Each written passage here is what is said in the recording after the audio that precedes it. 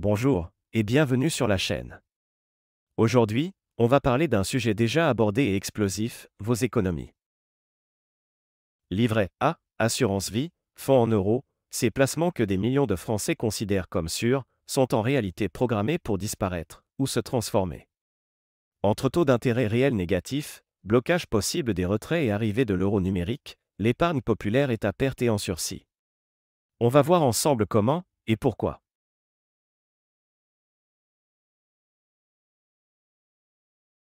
Le livret A, c'est 56 millions de Français et plus de 435 milliards d'euros d'encours, selon la Banque de France en 2025.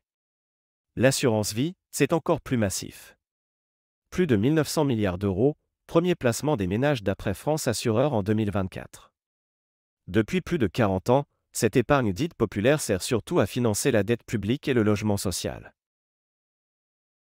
Le problème est que l'inflation de l'euro, et la dette, transforment ces placements à perte.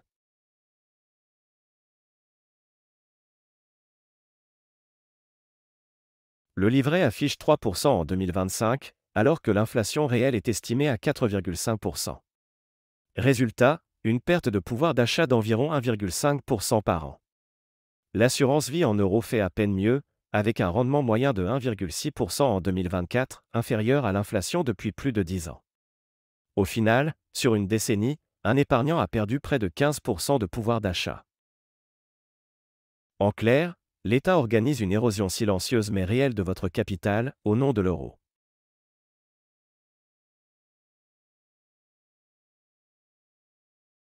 Depuis 2016, la loi Sapin 2 donne la possibilité de bloquer retrait et arbitrage sur assurance vie en cas de crise. Le délai est de 3 mois, renouvelable indéfiniment. Concrètement, si les taux obligataires explosent ou si les banques paniquent, vos fonds sont gelés. C'est déjà une expropriation douce, légale, passée inaperçue.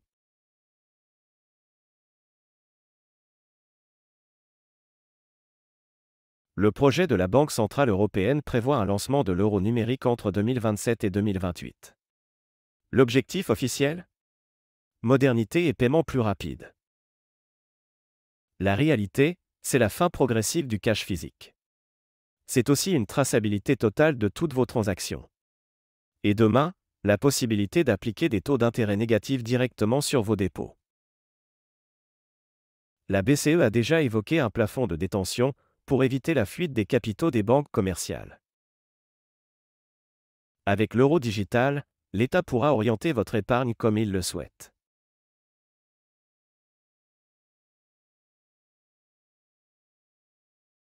À l'État, qui se refinance à bas coût grâce à votre argent. Aux banques, qui captent les dépôts pour prêter avec marge. Au marché, car les flux forcés quittant les fonds d'euros seront redirigés vers des produits risqués comme les actions, les fonds privés et immobiliers cotés. On pousse les ménages à devenir les assureurs involontaires du système. La fin de l'épargne populaire n'est pas une théorie, c'est une stratégie déjà en marche.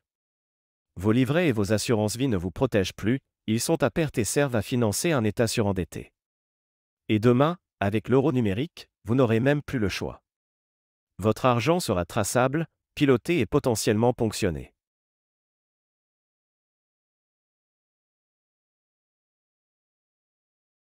En premier lieu, une diversification intelligente. Évitez de concentrer son argent sur les assurances vie en euros ou le livret A, qui sont à perte sur l'inflation. À la place, inclure des ETF mondiaux, des obligations indexées sur l'inflation, ou encore des placements plus dynamiques. Ensuite, privilégiez les actifs réels comme l'or, qui bat des records sur records, ou encore certaines matières premières qui conservent mieux leur valeur que la monnaie. L'immobilier aussi, mais uniquement cash. Car un prêt à 4%, c'est 4% par an, soit 45% sur 20 ans. Votre bien vous aura coûté 145% du prix d'achat initial. Enfin, regardez du côté des devises fortes comme le franc suisse, ou des investissements internationaux, pour ne pas être piégé par la seule faiblesse de l'euro. De plus, il n'y a pas de fiscalité sur les devises. Et bien entendu les cryptos qui performent pour certaines, et pas des moins connues, à des multiples de 2 ou 3 chiffres. Merci d'avoir regardé cette vidéo jusqu'au bout. Si le sujet vous a parlé, pensez à mettre un pouce bleu et à vous abonner pour soutenir la chaîne. Partagez autour de vous, l'information est notre meilleure défense. Et surtout, restez vigilants, vos économies méritent la vérité. À très bientôt sur la chaîne.